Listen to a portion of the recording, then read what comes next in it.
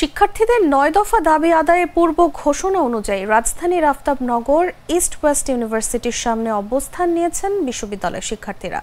অপরদিকে নিরাপত্তা ও শান্তিপূর্ণ আন্দোলনে যেন কেউ নাশকতা করতে না পারে সেজন্য আইনশৃঙ্খলা বাহিনী অবস্থান নিয়েছে বলে জানিয়েছেন বাড্ডা থানার ওসি আব্দুস সালাম।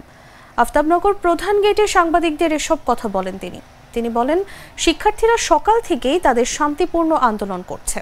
তাদের আন্দোলনে আমরা কোনো বাধা প্রদান করব না। তারা বলছে তারা বিশ্ববিদ্যালয়ের সামনে অবস্থান নিয়েছে, এরপর তারা প্রধান সড়কে র্যালি করবে।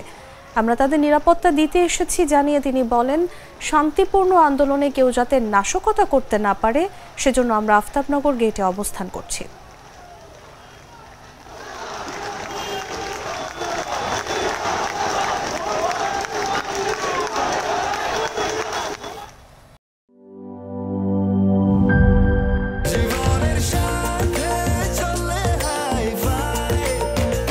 স্বাস্থ্যকর অল টাইম ফ্যামিলি কেক, সব সময় অল টাইম হেলদি লাইফ।